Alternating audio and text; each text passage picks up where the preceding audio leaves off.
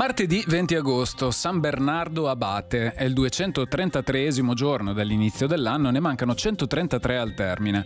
Il sole sorge alle 6:18 e tramonta alle 20:09. La luna si leva alle 20:53 e tramonta alle 6:43.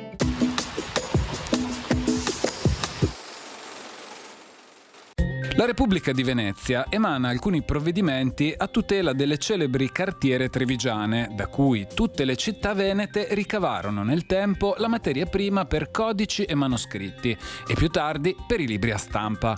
La fama goduta da Treviso in questo campo era tale che Pace da Fabriano, inventore della carta di lino, vi stabilirà la sua dimora presso le acque amene, come gli scrisse, cioè sulle rive del Sile. Il suo esempio sarà seguito dai più famosi tipografi del 400.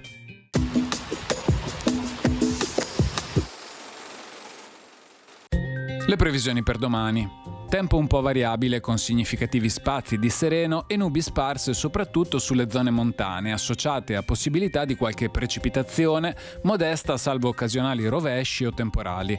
Per le temperature prevale un aumento al più lieve riguardo alle minime e moderato riguardo alle massime.